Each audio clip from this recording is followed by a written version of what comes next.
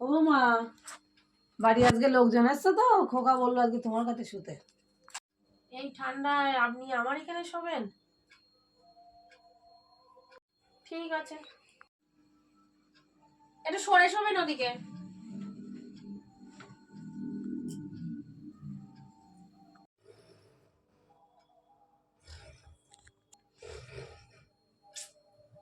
এরকম করে শোয়া যায়?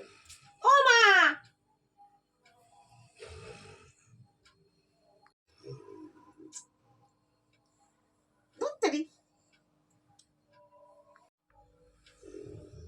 আর দূর বাবু, না এই বুড়ি একটা ব্যবস্থা আমার করতেই হবে। দাঁড়া,